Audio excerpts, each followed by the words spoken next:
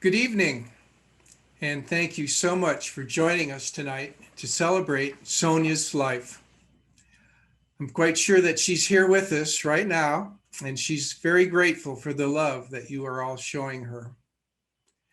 Before we begin the service, please put your Zoom into speaker view for your best visual experience because we're going to have 3 different slideshows and you're going to want to be able to see them well. Uh, right now, everybody but the person who's speaking is muted, and it'll stay that way throughout the service. And then toward the end of the service, we're going to open it up to anyone who would like to share a memory of Sonya. And at that time, we will help you to unmute one person at a time.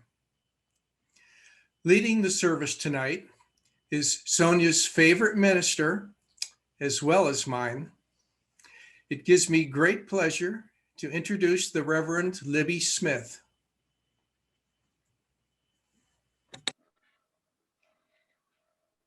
Welcome, everyone.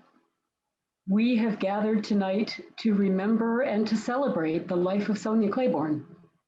And we're all here because in one way or another, Sonya touched our lives and our hearts. And so we need to comfort each other in the loss that we feel. And we need to tell our stories about a life that was so full of love and strength and humor and energy and creativity. Sonya was a powerful force. She was a force to be reckoned with in every way. And despite all the challenges that came along in her life, she managed to live with an incredible level of hopefulness and joy and humor. When I asked her daughter Lee for a list of words that described Sonya, the first word that popped out of Lee's mouth was rainbow. And of course, the rainbow is not only an image of color and beauty and diversity, it's also a symbol of divine hope and promise. So I wore my rainbow stole tonight in honor of all the color and beauty and hope and promise that Sonya brought into the world and into our lives. Now, she found her spiritual home with the Unitarian Universalist Fellowship of Lower Bucks, which is where I came to know her when I had the honor of being her minister. And she appreciated so much the community of love and care that she found there, and the opportunity to explore her own understandings of faith and deepen her faith, while also learning to understand and appreciate faith journeys that were very different from her own. In our congregations, we start each service by lighting a chalice. And so I'd like to do that tonight with these words from Albert Schweitzer. At time, our own light goes out and is rekindled by a spark from another person. Each of us has cause to think with deep gratitude of those who have lighted the flame within us. So I light our chalice this evening and think with deep gratitude of a beautiful woman whose courage and kindness lit up our lives.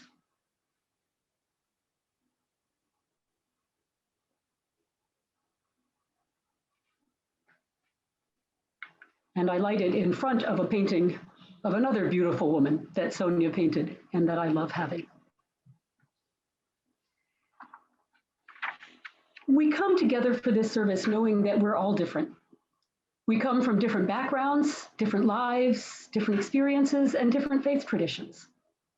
And we may have different ways of understanding the mysteries of life and death.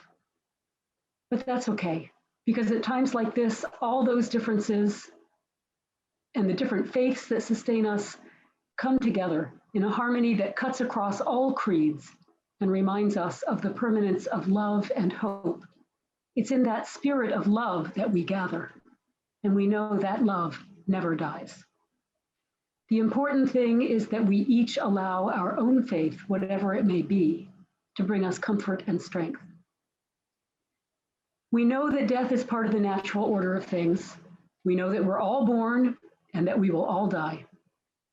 The naturalist John Muir wrote of what he called the beautiful blendings and communions of death and life, their joyous, inseparable unity. And he affirmed that death is as beautiful as life, that all is divine harmony. Today, we affirm our trust that Sonya is a part of that divine harmony in death, just as she was in life. Now, for those of us who turn to scripture, we might remember Jesus telling his disciples, "Peace I leave with you, my peace I give to you. I do not give to you as the world gives. Let not your hearts be troubled, and do not let them be afraid." And I was also drawn to a verse in 1 John. God is love, and the ones that abide in love abide in God. That to me is how Sonya lived. She didn't really care so much what you believed. She cared how you lived, whether you lived with love. And if you lived with love, you were okay in her book. Now, the day before she died, Sonya fell out of bed.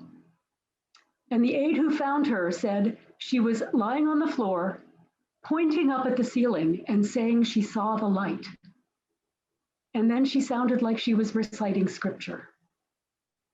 We can't say for sure what she was reciting, but we think it was probably the 23rd Psalm. We know she loved that psalm. Lee found it on a bookmark that was with her some of her special things. And it's one that so many people turn to for comfort and for strength. So it seemed like a pretty good bet. I'd like to share it now, and I invite you to pray it with me if you're one of those many people who know it by heart. The Lord is my shepherd, I shall not want. He maketh me to lie down in green pastures. He leadeth me beside the still waters. He restoreth my soul. He leadeth me in the paths of righteousness for his name's sake.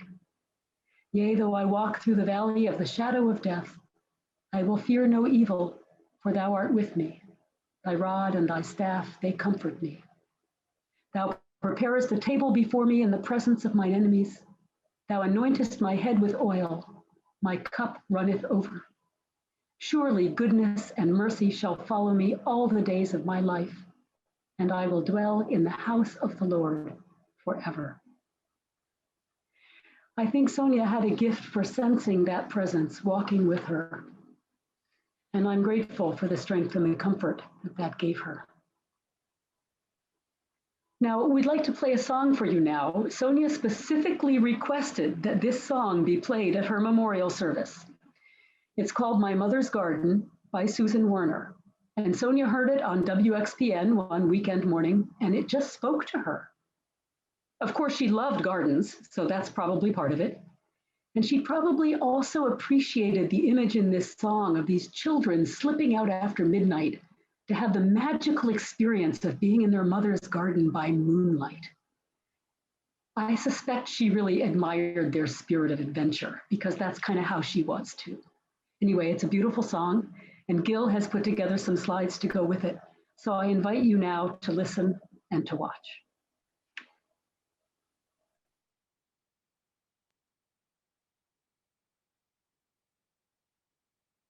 If it's warm and it's clear and a full moon tonight, let's go down to my mother's garden. I'll tap on your door at 1:45. Come quickly as soon as you hear me, and we'll steal down the carpeted stairs in pajamas of packers and bears. And we'll hold in our breath till we're out the back door with food for the dog so he's quiet.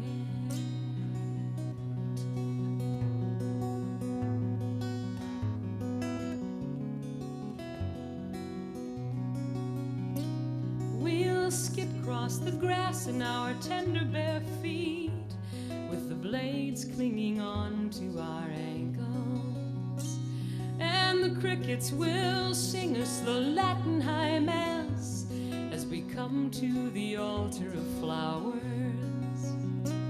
And the snapdragons narrow and tall, and the zinnias the brightest of all. And the peonies came from great-grandmother's farm, and someday I'll grow them at my house.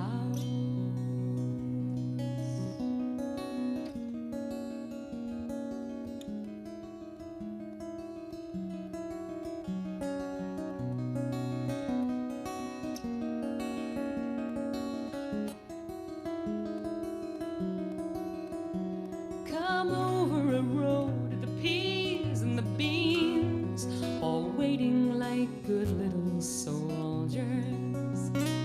Go on, help yourself to a handful of each.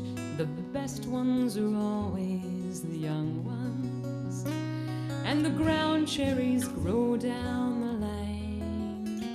Eat a dozen or so off the vine.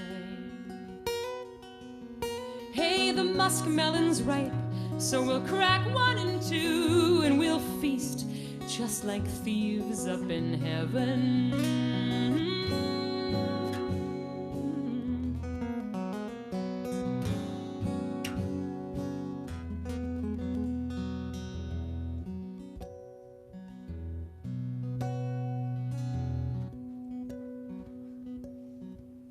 Then we'll sneak back inside like the Indians would. Be sure not to step on the branches.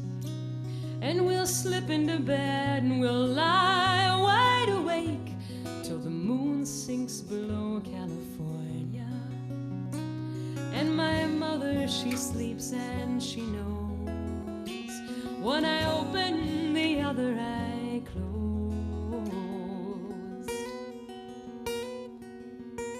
In the morning she'll smile and she'll wave us goodbye, and she'll never betray our adventure.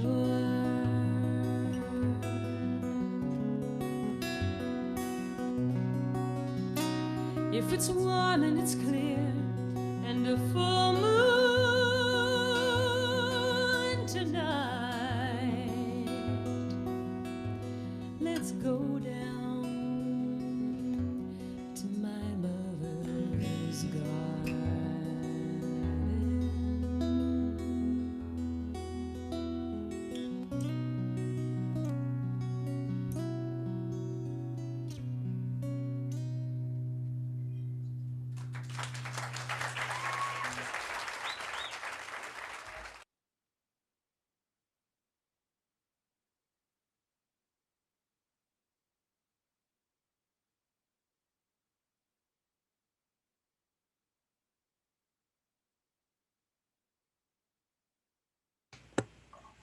Thank you, Gil, for those beautiful, beautiful images. That was a treat.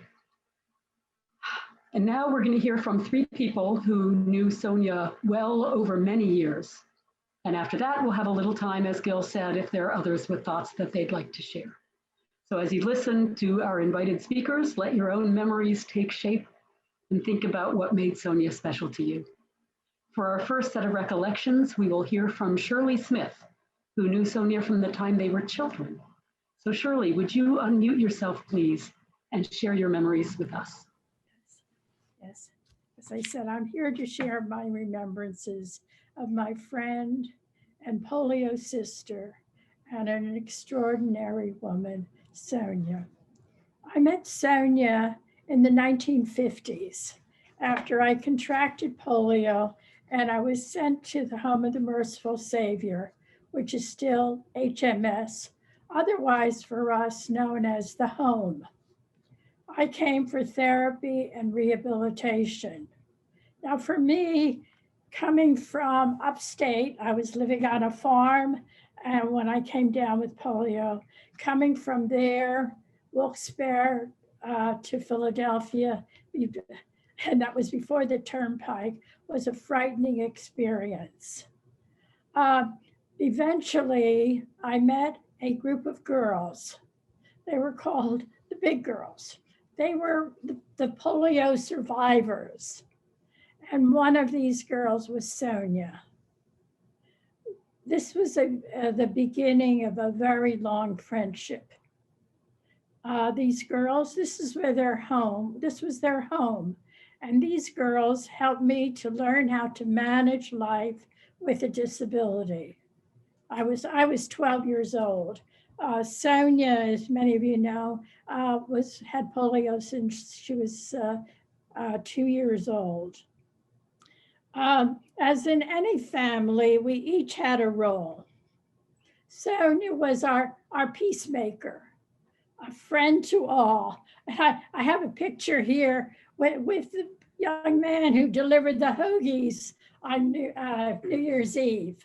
So she was loved by all, from Nellie in the kitchen to our superintendent, Miss Thompson. Now, Sonya called her Topsy, and she was Topsy's pet. So Sonya knew how to get those special treats from Nellie in the kitchen, how to go in after hours. And when we got into trouble, it was Sonya that was our peacemaker. Now, this home was a very unique place. Miss Thompson ran it sort of like a English boarding school. We had two of us to a room. We had our own sitting room, and we sort of had to learn how to become independent. But it was also the group of girls had been there. They had music lessons. We would go to the Academy of Music. Now, I was the new one. I was 12 when I arrived, so they already had sort of their life. But so I was the one when it was the recital. I got to introduce the participants, and I remember Sonya playing Chopin's Polonaise. So Sonya always shared her love of classical music. And also we all know of her artistic abilities. As the years went by, we all moved to college and beyond, some to work, but we all continued our closeness because we shared this common bond of being polio survivors. Sonya went on to Moore College of Art, and as many of you, I have many of her pieces of artwork in my home. The City in the Rain, reflected in the rain, hangs over my sofa. As a group, we continue to support one another through weddings, baby showers, birthdays, and holiday get-togethers, luncheons at the tea room. I was the one that had the annual Memorial Day polio picnic. So now Sonya, as some of you probably know, was the ultimate party planner. She would call me up and remind me that it was time to plan the picnic. We all had our assigned foods to bring, depending upon our cooking salads. Some of the people just brought the rolls. Annie brought her potato salad. Now, Sonya always brought the creations. She brought the fruit salad. And of course, this was before Facebook. So we didn't get all those pictures, but I think we probably got a few pictures of that fruit salad creatively performed.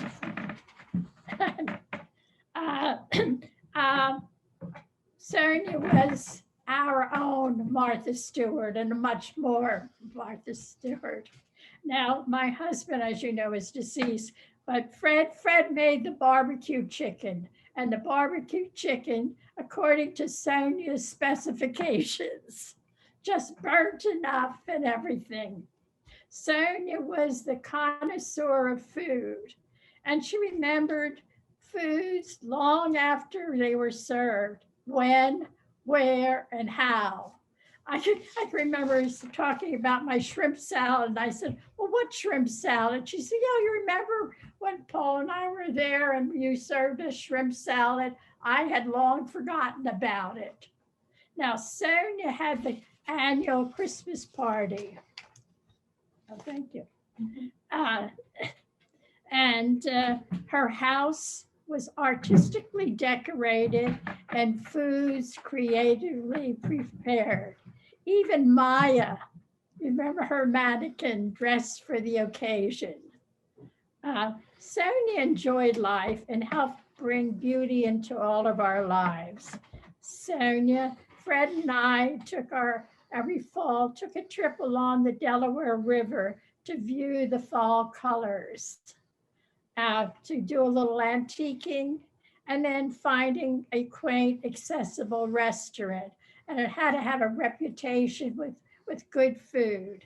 Meals was one of Sonia's favorite, the one in, I think, Lambertville. There were the trips to the art museum and concerts. And of course, we attended Sonia's art exhibits. I have one of the books here. Lee and I were talking about her fell creations. These are the creations that she made from the plastic droppings of discarded during the making of our plastic braces. One of the exhibits was at Bryn Mawr Rehab Hospital, and they reminded us that Sonya got first prize at the annual Art Ability Exhibition in 1996. So I kept this as one of my memories of her.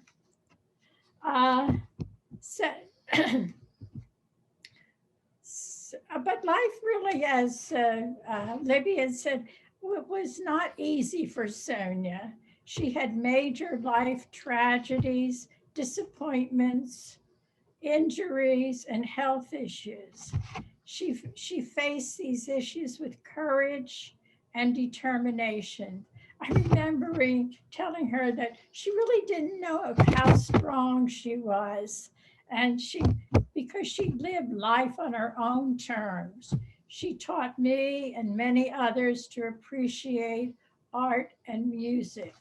She saw the beauty in nature, and all around herself, she created beauty, from the plants on her patio to the decorations in her home.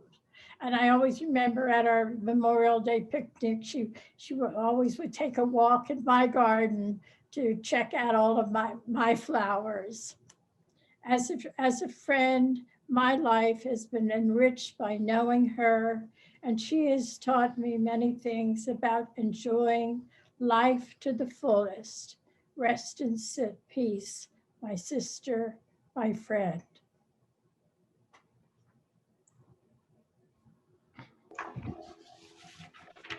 Thank you, Shirley, for those beautiful memories and for helping us know some parts of her life that maybe we didn't know quite so much about. It was really wonderful to hear. Danielle just brought me, I don't know if you can see it, up high there, of one of our get-togethers of the girls. Oh, wonderful. Wonderful, thank you.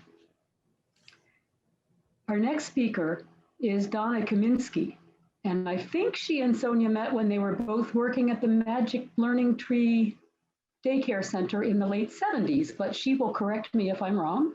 And I think Donna was not able to join by computer and so is with us by phone.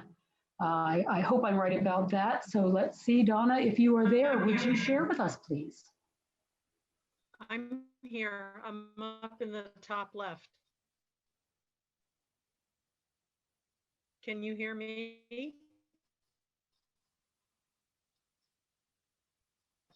Yes. Can you hear me? Yes, Yes. I can hear you. I'm here. I'm left of Gil.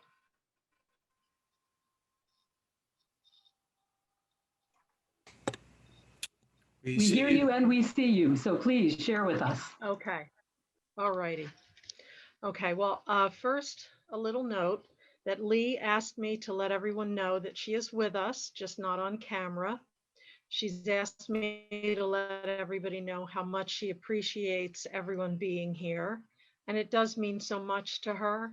She's also asked that I mention that she's in preparation for a celebration of life for Sunny sometime this summer, and to make sure that we all stay connected in case anyone here tonight who would like to attend. I don't know how we would do this, but we have Lee's email and my email, and then Gil has obviously the connective emails to to those who are here this evening so that Lee and I will be able to mail out the invitations once we've got everything in order.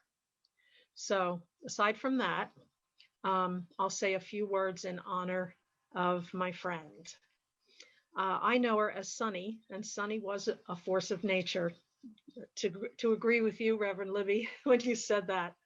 Her strength, her persistence, her willingness to work with what she was given towards success, her considerable artistic talent made her an inspiring and wonderful friend. I was her teaching assistant 40 years ago. We became friends and mutual witches every Halloween. That was something we shared regardless of wherever I had moved. And I had moved often, but we would take pictures or whatever so that we both knew, and we would call each other on Halloween and do our witchy voices and, you know, kind of acknowledge our little personal tradition. When we did visit, our visits were filled with laughter. We drank a lot of tea and she would explain to me all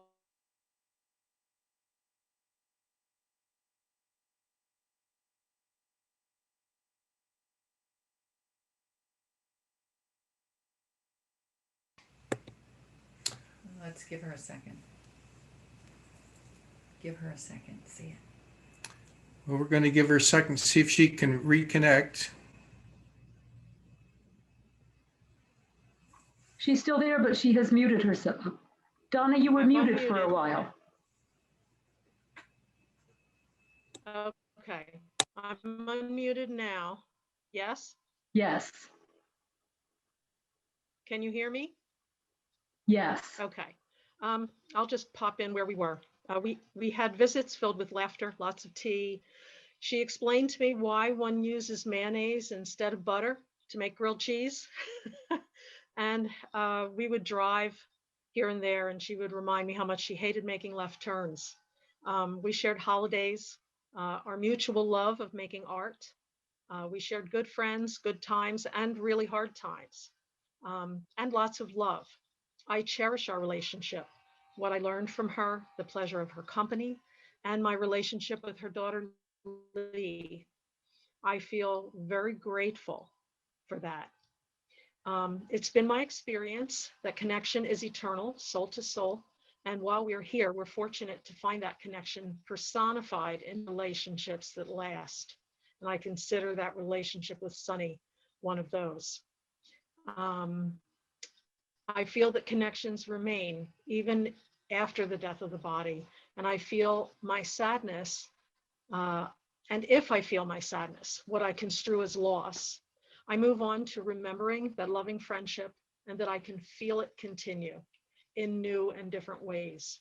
Love is eternal, it's ever present, and it's ongoing. And every morning when I wake up, I can't deny the beauty of life here on earth. And I feel Sunny was also that way, regardless of the difficulties she faced. I know she knew this too. And I believe her soul and the love of which it's comprised exists, and there's no separation now between us, no distance of any miles. I'm going to read this little clipping that my Nana had saved to be read at her memorial service, which was already yellowed when we found it in the letter of what she wanted done. I looked it up, and it's attributed to Henry Scott Holland, and it's called Death is Nothing at All. Death is nothing at all. I have only slipped away into the next room. I am I, and you are you. Whatever we were to each other, that we still are. Call me by my old familiar name. Speak to me in the easy way which you always used. Put no difference into your tone. Wear no forced air of solemnity or sorrow. Laugh as we have always laughed at the little jokes we enjoyed together. Play, smile, think of me, pray for me. Let my name be ever the household word it always was. Let it be spoken without effect, without a trace of shadow in it. Life means all that it ever meant. It is the same as it ever was. There is an absolute, unbroken continuity. Why should I be out of mind because I'm out of sight? I am but waiting for you, for an interval, somewhere very near, just around the corner. All is well. Nothing is past. Nothing is lost. One brief moment, and all will be as it was before, only better, infinitely happier, and forever we will all be one together.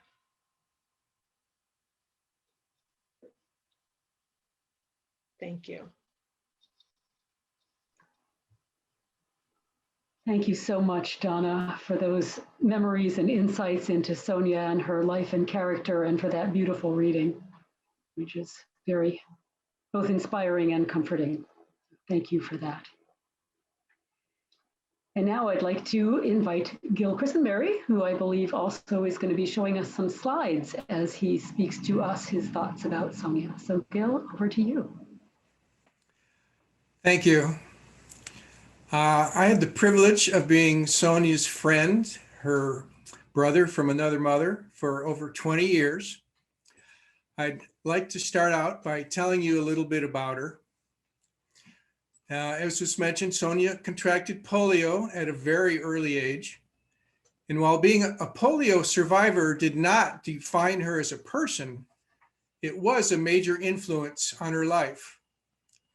When Sonya was only 2 years old, her parents, unable to take care of her, gave her to the home for crippled children in Philadelphia that was run by a Christian organization, the Home of the Merciful Savior. Naturally, it was a very difficult transition for her, and it was one that affected her entire life. Fortunately, children are amazingly resilient. And she was able to eventually find happiness and people who loved her. She gradually became more comfortable with her new surroundings until it became her new home. She made lots of friends, and she lived and attended school at the home for many years. After she graduated from high school, she started attending Moore College of Art and Design, as Shirley mentioned, which was the first women's art school in the United States. She graduated with a Bachelor of Fine Arts degree in 1963, which was the same year that she got married. She also attended Trenton State College, where she earned her certification in special education. She worked with handicapped children at Easter Seals and at the Bucks County Association for Retarded Citizens. It's not politically correct nowadays, but that's what it was called, where she developed a method which enabled children with special needs to play the piano. Many years were involved raising her 2 children and working a job teaching children with special needs. Somehow, she managed to find the time to explore and learn more about art and music. She divorced in 1995, and unwilling to keep her married name and unwilling to change back to her maiden name, she took the unusual and rather interesting path of creating a brand new name for herself, Claybourne. Pretty appropriate considering all of the works of art that she created from clay. Although Sonya wore many hats, a devoted and loving mother, a proud and doting grandmother, and a good friend, I think of her most as and believe that her mission in life was to be an artist. A year or so ago, she needed to change her email address. And almost as a joke, I suggested sonyatheartist@gmail.com. And somewhat to my surprise, she thought that was a great idea. Even as a student, look at her focus there. It's pretty amazing. Doing her assignments at Moore College, and later working as a fashion illustrator for the Philadelphia Bulletin newspaper and for Sally's Shops She showed natural talent and a flair for design. Sonya's works are incredibly diversified in both medium and meaning. Throughout her artistic life, she worked with oils, pen and ink, watercolors, pastels, metal, wood, and plastic. Her love affair with clay developed after joining the Levittown Art Association. Her works of art depict subject matters ranging from the human form to the religious ethereal, and from physical nature and animal forms to the elegant personification of music and dance. Her artwork has been exhibited at numerous places over the years. One of the highlights of my life was being able to attend her exhibition at Wood River Village, where she lived. To see 50 years of her life's work all in one huge room was almost overwhelming. Those of you who are lucky enough to have seen it know what I'm talking about. The last work of art that she created, shown here on the right, is titled Crisis, and it depicts a stark and honest depiction of what her post-polio syndrome and cancer had done to her body. A lifetime of leg braces, crutches, and eventually wheelchairs was not an easy one. Her last years included too many doctors and medications and hospital visits. I used to kid with her that St. Mary's Hospital was her home away from home. But Sonya rarely let it get her down. Her sense of humor and her quirky personality left her no time for pity parties. One aspect of Sonya's unique nature was the choice of her living companion of many years, a proud, strong, beautiful woman of color, whose name is Maya. Maya lived in her living room, and Sonya loved to dress her up for every holiday and occasion in the year. Maya provided a wonderful outlet for her artistic and fashion creativity. Throughout her life, Sonya loved to let down her hair and get dressed up for Halloween, her favorite holiday. And as was mentioned, she loves plants, and she always loved to go to the store to pick out new herbs and flowers. And although it was difficult for her to do from her wheelchair, she always did manage to have a beautiful garden. I first met Sonya at our Unitarian Universalist Fellowship in 1999. And incredibly, our friendship almost didn't happen. She would show up every Sunday in her beloved PT Cruiser with the custom hand controls for the brake and the gas pedal. And after the service was over, we would talk for a few minutes. After a week or two, she happened to ask me if I remembered her name. And I'm really, really bad with names. And I had to sheepishly admit that no, I couldn't remember her name. And so she told me. And then the next week, same story. She asked me if I remembered her name. And it's like, oh, no, I forgot it, and she'd give me little hints. Oh, it's sunny out today, isn't it? But I didn't know that she was called Sunny, so that didn't really help me. So this went on for a couple of weeks until finally, one time, after once again admitting that I couldn't remember her name, she looked at me with such pity and a tinge of disgust that, well, I made it my life's purpose to remember her name after that, because I didn't want to have that look again. Oh.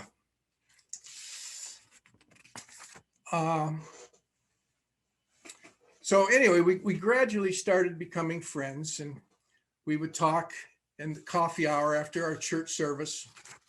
And I would wait for her to show up in her PT Cruiser and go out and get the wheelchair out of her trunk, and I'd wheel her into the service. She had a special place in the front row that was all hers.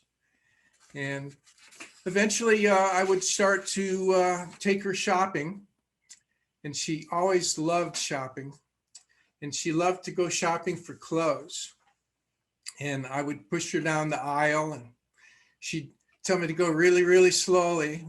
She'd have to touch everything and feel the fabrics and look at all the different colors. And she wasn't able to try the clothes on in the store, so we would always end up with a huge armful of clothing when we left the store. And inevitably, she would end up returning about 90% of it. She called herself the Queen of Returns, and she definitely lived up to her name. She loved to go and eat breakfast at Cracker Barrel. And I think it was more for the gift shop than it was for the food, because she loved to go around the gift shop, pick up little gifts for her beloved grandchildren, or maybe for Maya or a friend. And she always loved to go, and they would change their inventory, umpteen times a year. So there was always something to look at, and she just loved that place.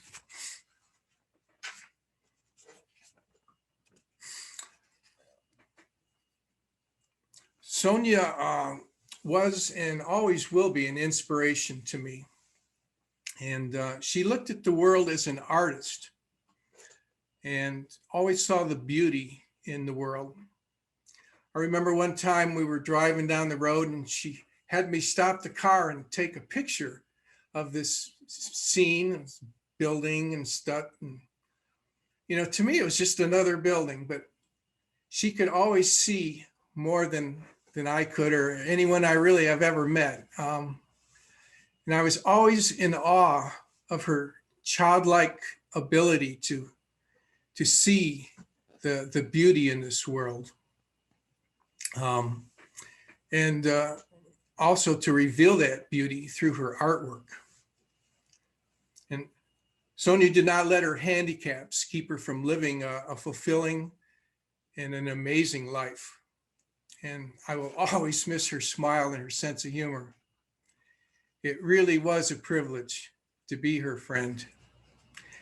None of the many friends I've had in my lifetime were anything like Sonya. She truly was one of a kind. She will be missed. Love you, Sonya.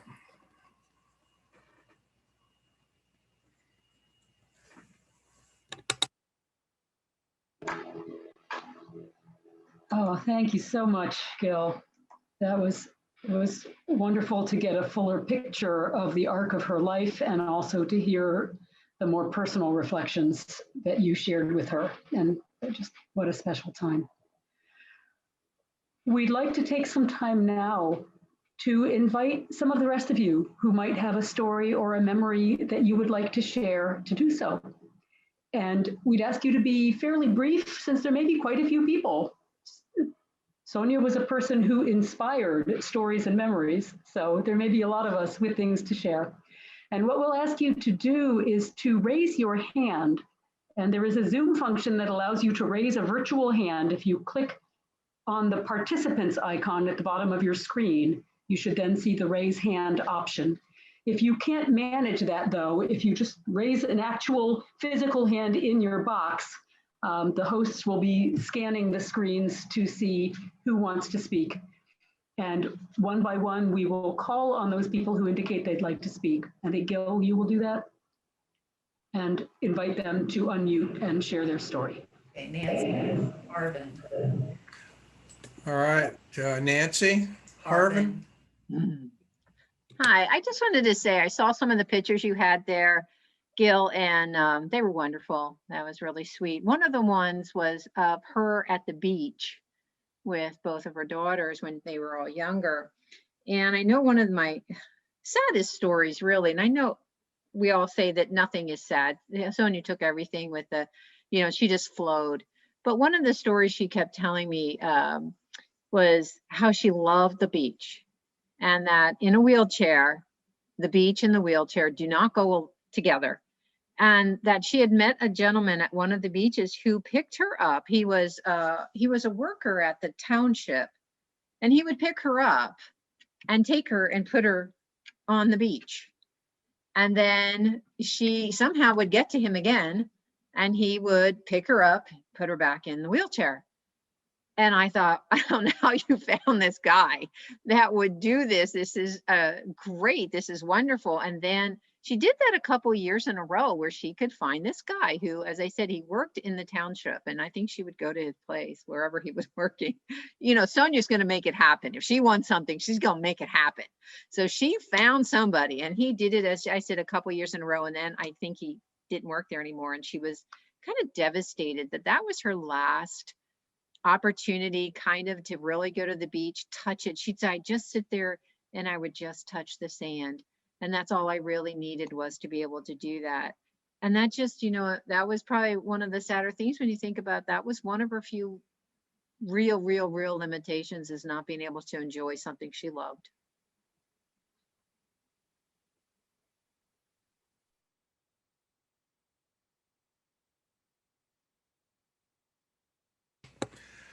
Diane, you can unmute.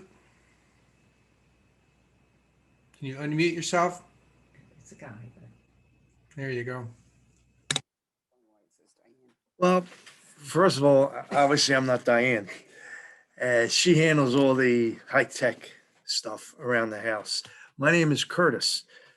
I was a transportation driver at Juniper Village. I met Sonya about a year ago when I first started driving. And over the past, unfortunately, I didn't know sooner. I wish I did, but I didn't. But I just want to say that she was my friend, and she made me feel like it. And she used to love to go to Boscov's. She loved shopping, loved Boscov's. And after Boscov's, we drive by McDonald's, and I'd get her a Happy Meal because that's what she liked, the Happy Meal. And then I took her back, and we did that a few times. But she says, what can I do for you? What can I do for you all the time? And I says, the one thing you can do for me is be my friend. And she definitely was. So I just want to say she was my friend, and I'm going to miss her. Thank you.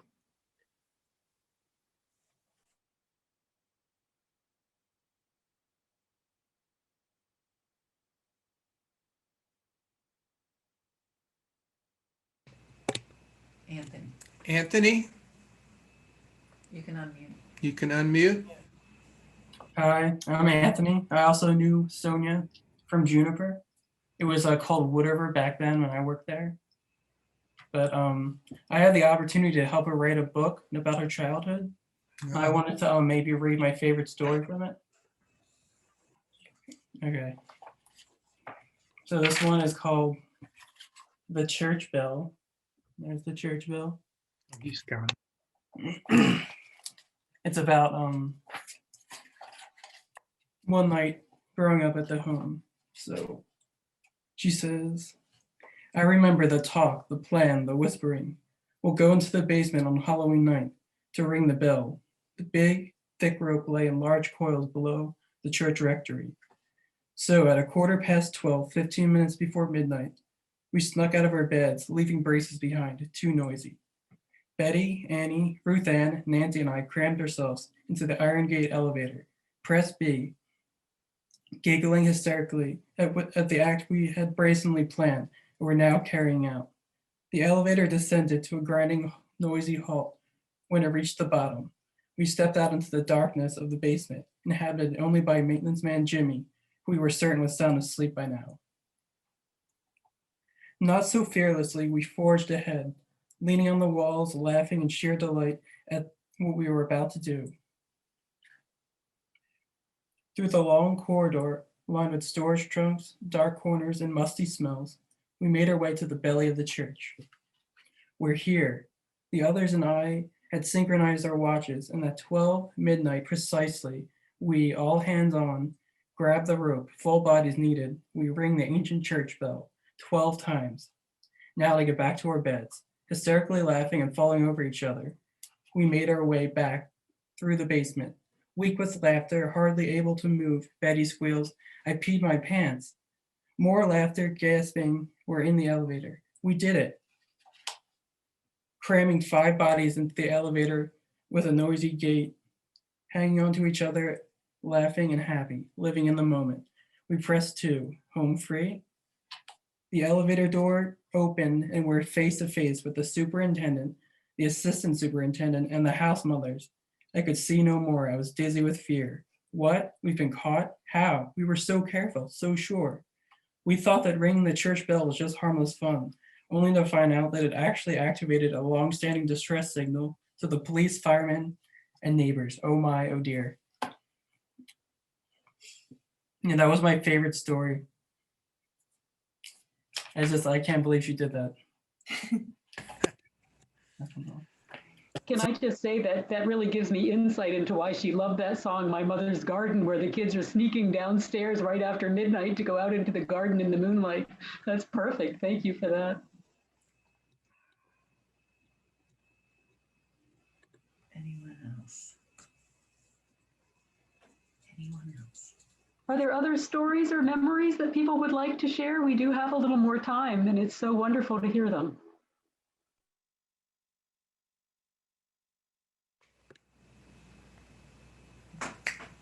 Gloria, you can unmute.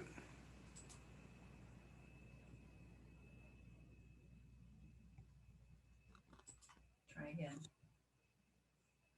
Try again.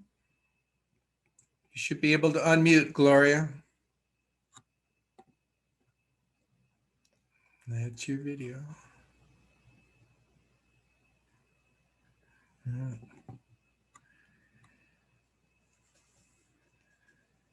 Priscilla. All right. You work on that, Gloria. Let's go to Priscilla. All right, we did it. Yay for technology. Sonya was such a loving person, and I am always remembering her. You're right. The show that she put on, Gail, the art show that she put on was fabulous. That's great. And that she asked Ben if he would play the harp while people were walking around looking at all the pieces of art. He was so thrilled to do that and so proud to be there. And she gave him that opportunity, and it was really great. She was so supportive of the kids, whatever they were doing. It was such a treat. And light is gone from the world, but it still remains. Thank you. Okay, I unmuted. Do you want me to speak now? Yes, please, Gloria, go ahead. Okay. I knew Sonia from about the 1970s, and I was always horrified to hear her story of her early childhood. I just couldn't believe that could happen to anybody. And of course, she was very admirable. I loved her stick-to-itiveness, and nothing got her down. She's an inspiration to everyone, as you all have said. Everything everybody has said has been wonderful to hear. And I wanted to read a little poem, but I can't find it. Just give me 1 sec. Oh, here it is. It's on my lap. Okay, I have to put a light on. And I think I'd like to speak as if I were Sonia. I think she would agree with this from what I have heard everyone say. It seems to be her type of philosophy of life and death. It's called Do Not Stand at My Grave and Weep. It seems to be Native American spirituality. Do not stand at my grave and weep. I am not there. I do not sleep. I am in 1,000 winds that blow. I am the softly falling snow. I am the gentle showers of rain. I am the fields of ripening grain. I am the morning hush. I am in the graceful rush of beautiful birds in circling flight. I am the sunshine, moonshine of the night. I am in the flowers that bloom. I am in a quiet room. I am in the birds that sing. I am in each lovely thing. Do not stand at my grave and cry. I am not there. I did not die. That was mine and Ed's favorite poem for loss. Thank you. Thank you, Gloria. I wanted to give a special shout out to all the folks at Juniper Village that are watching us. They're not able to actually talk, I guess, because of technical issues, but I don't know if you can see that picture or not, but there's a bunch of folks up there that have joined the service with us. So I'm sure Sonya appreciates that. Anyone else? Oh, yeah. 18569 would like to speak. Okay. You can unmute yourself. Okay, am I unmuted there? Yes. I just want to talk about the first time that Sonya invited me to her house for dinner. Excuse me. Sonya and I have been friends for probably about 25 years. And she invited me to her house the first time for dinner. And I said, Sonya, I said, would you like me to bring anything? And she said, oh, Tommy, don't bring anything. It's just going to be me, you, and Maya. And I thought to myself, oh, okay, there's going to be somebody there, you know, to talk to. So I go to Potter's Court and I walk in and there's a piano and a mannequin next to the piano. And Sonya offers me a glass of wine and we're sitting talking. And I say to Sonya, I said, when's your friend Maya going to get here? And true to Sonya, she looked at me with that devilish little grin and started to laugh. And she said, Maya's already here. And she pointed to her mannequin. And I thought to myself, dear God, what did you get into, Tom? And she just busted up laughing. We had a really great time. And Sonya and I have been friends, like I said, for many years. The last time I spoke to Sonya on the phone, true to her character, she said, Tommy, I hope you're sitting down. I've got some news for you. And I said, what's that? And she told me about what was going on. We discussed it for a while, and true to Sonya, at the end of the conversation, she said, you know, she said, I just want to thank you for being my friend for all these years. And I really could have missed her. It's just breaking me up. She was such a wonderful person. I have no words, but she was gracious right up until the end. What an incredible person. That's all I have to say. Thank you for sharing that.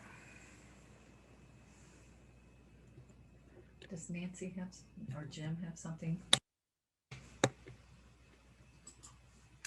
Jim, you can unmute. Harvin? Just a quick story. Whenever I would greet her at service on Sundays, we always had to say hello to her sisters. She called them her stick sisters, which were her crutches, and she gave them names. And it seemed like she changed the names every week. So she had new names for them every week. But she, you know, they could be a burden, but she made them, you know, something happier, fun to be with. That was it. I remember the Stick Sisters well. Do we have anyone else who would like to share? Not seeing anybody. Okay, well, thank you all for those wonderful stories. And I kept getting these flashes in my mind of her face with that devilish little smile of hers as people were telling these stories, especially Tommy, when you talked about her introducing you to Maya. That's just such a beautiful image. And yes, the way she could take whatever life threw at her and find within it something about which she could show humor or find creativity or something. She She eat right up to the end. She just never let it stop her. And I know there are lots more stories and memories still in people's hearts, and I encourage you to keep remembering them and keep sharing them. Share them with Lee, who I'm sure would love to hear them. Write them down, pop them in the mail, whatever it is. It's by the stories of someone's life that we really keep them alive and keep them present with us. So never stop telling those stories. Now, I recently saw a quotation from Kurt Vonnegut, who said, "The arts are not a way to make a living." And of course, he was a writer who did make his living that way, but he was not recommending it. I think he was talking to a group of students. The arts are not a way to make a living. They are a very human way of making life more bearable. Practicing an art is a way to make your soul grow. I think Sonya really understood that. She grew her soul through the arts. She found beauty throughout her life in all kinds of art. You know, people have talked about her love of music and her playing the piano. Lee remembers her going into the other room after supper and playing Malagueña on the piano while the girls were doing the dishes, and they would drop everything to run in and listen to her because it was so beautiful. And we've seen so many examples tonight of the many kinds of art she created over the years. Her very choice of name reminds us that her soul and her identity grew out of that art, born of the clay. She understood that art makes your soul grow. And she grew hers to an enormous size. And we were all blessed by that beautiful and courageous soul. Another song that she loved was The Rose by Amanda McBroom, but made famous and unforgettable by Bette Midler. It's a song about living life with your whole heart and your whole soul and not letting fear get in your way. At least that's how I hear it. So as we get ready to close our service, let's first listen to The Rose.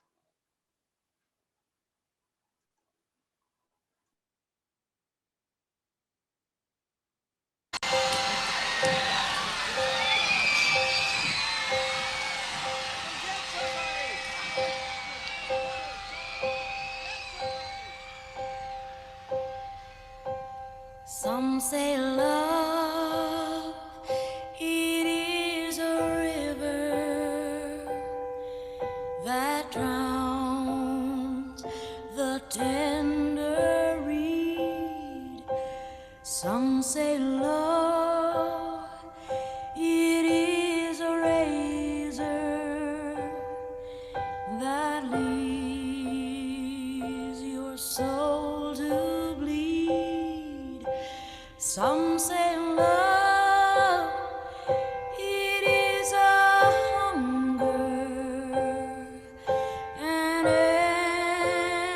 endless aching need.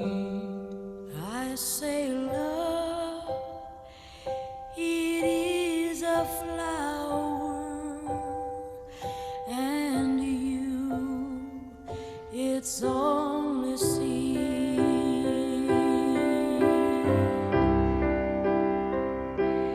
It's the heart afraid of breaking that never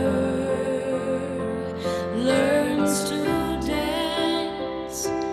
It's the dream afraid of waking that never takes the chance. It's the one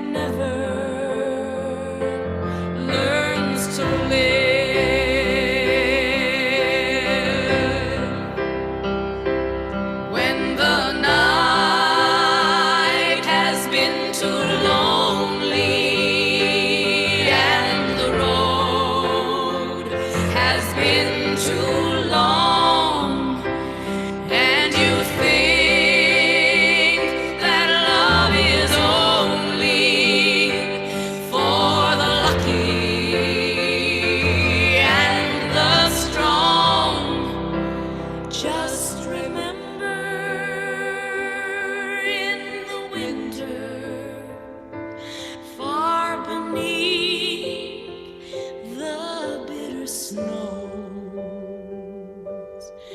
lies the seed that with the sun's love in the spring becomes the rose.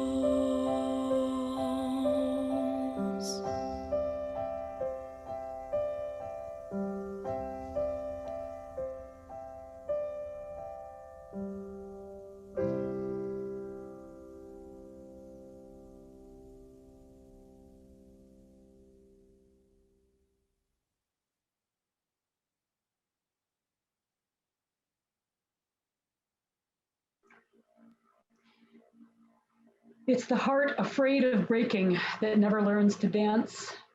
It's the dream afraid of waking that never takes the chance. The one who won't be taken, who cannot learn to give, and the soul afraid of dying that never learns to live. Sonya never let fear get in the way of growing her soul, following her dream, and allowing her heart to dance. And she challenged us to do the same. It was really hard to complain about anything when you were with Sonya, right? You know what I mean? You knew you should just count your blessings and get on with it. She did it, though, with love and with laughter and with power. We will miss her so much, and it's hard to let her go.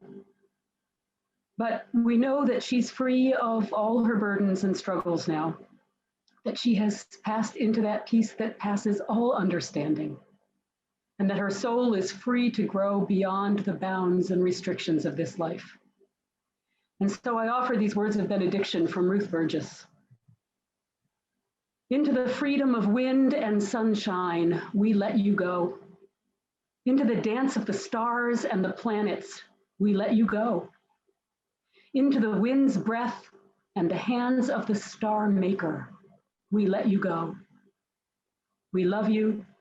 We miss you. We want you to be happy. Go safely. Go dancing. Go running home. Sonya has gone safely dancing, running home.